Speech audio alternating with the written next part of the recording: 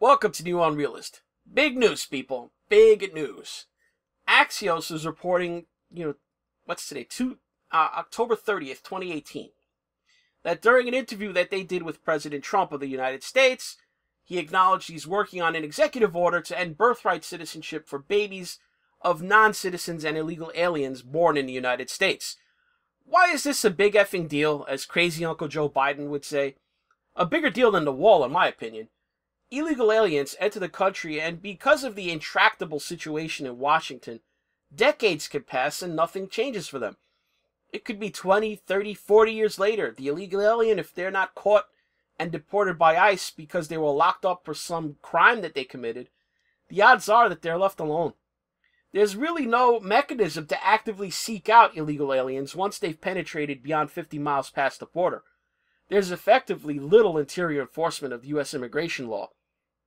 For the illegal alien, it may not be an ideal situation, and maybe to a lot of them it wouldn't be worth it if their whole life could just be interrupted by a single arrest, or on the off chance ICE ever got a solid lead on their whereabouts that was just too dead-on accurate to ignore.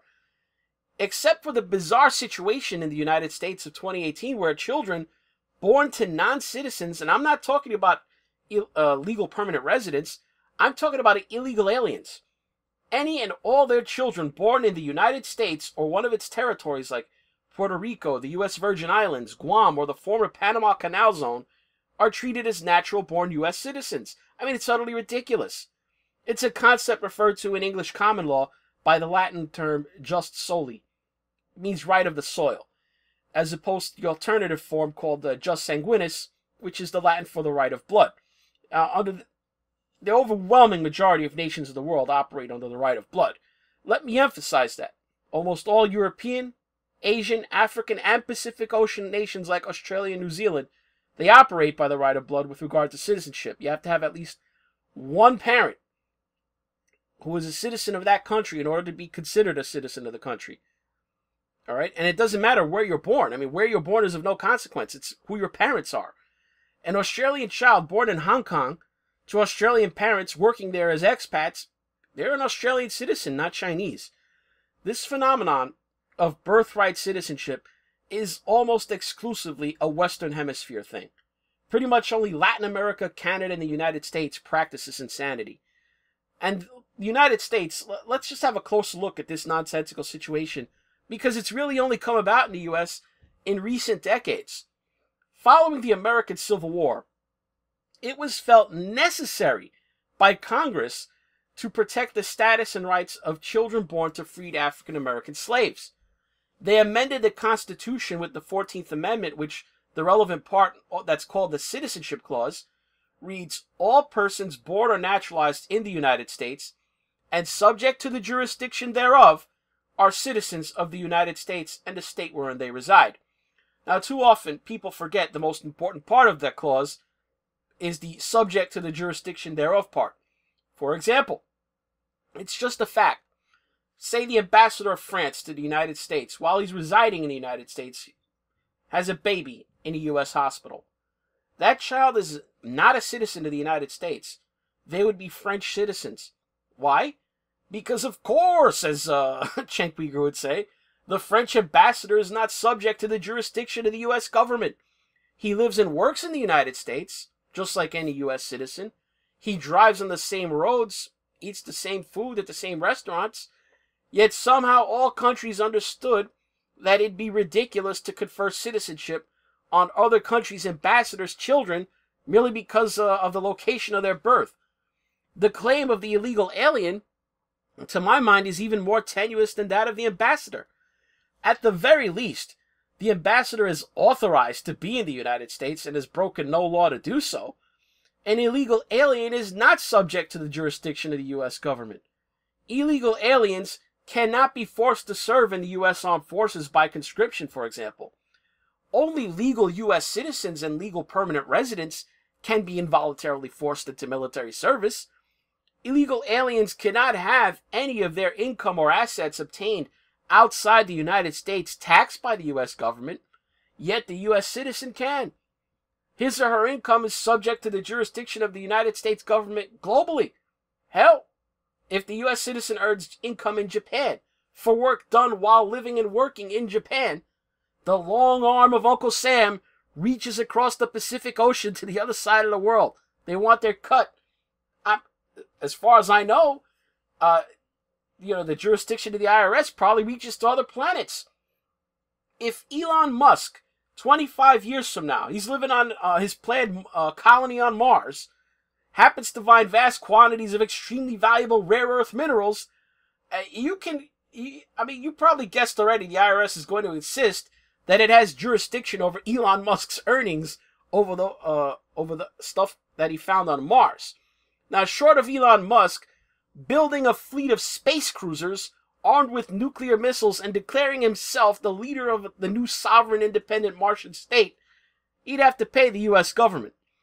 The illegal alien can cross the border to Tijuana, win the Mexican lottery, and the U.S. government can't touch a single peso of the winnings.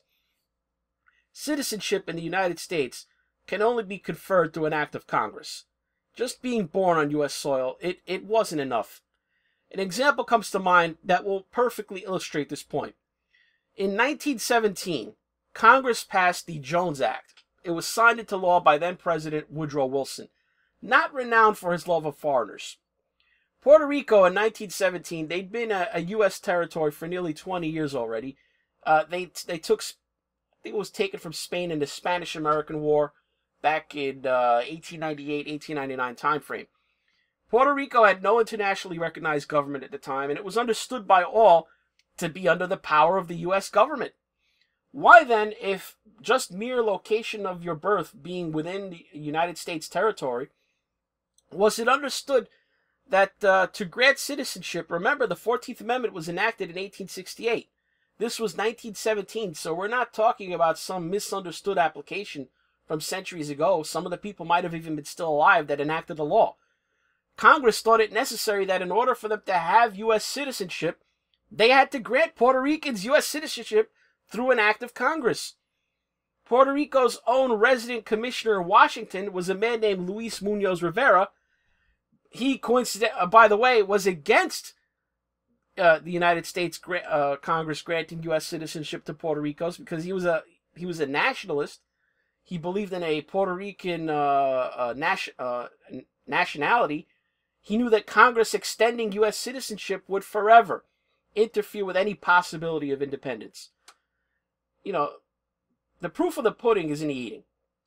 2 months after the Jones Act passed, officially recognizing Puerto Ricans as U.S. citizens, Congress passed the Selective Service Act of 1917 and based the requirement for conscription into the U.S. Armed Forces as a liability on all male U.S. citizens. And because they were now citizens and U.S. law extended to Puerto Rico, more than 18,000 Puerto Ricans served in the U.S. Armed Forces during World War I, even though most of them had never set foot on the continental United States and had only been officially granted citizenship 2 months prior to the passage of the Selective Service Act.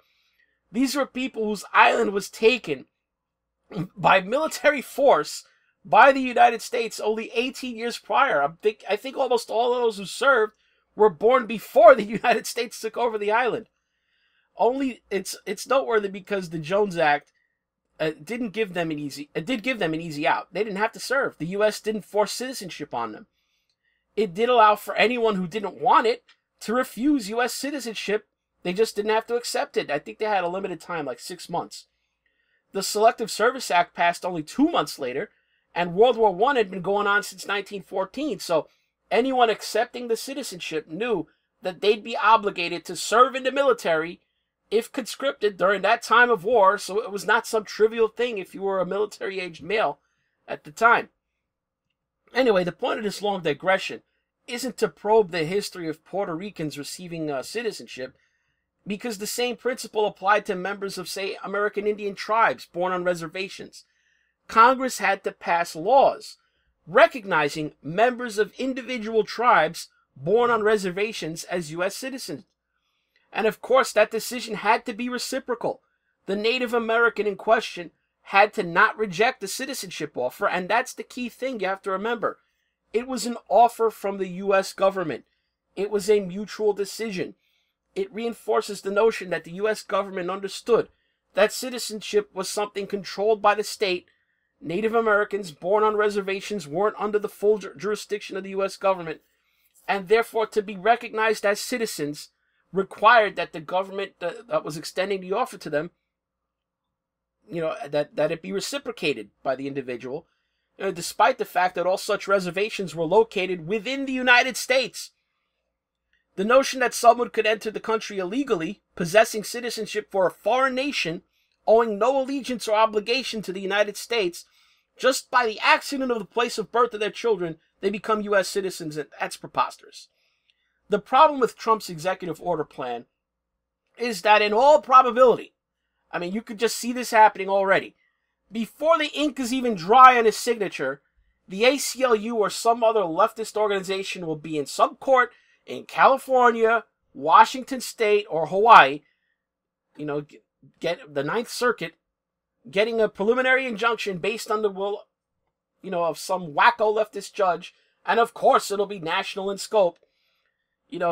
These rulings issued by wacko far left judges out in the hinterlands will naturally throw the question into the courts and force them to rule on it, and that's going all the way to the U.S. Supreme Court.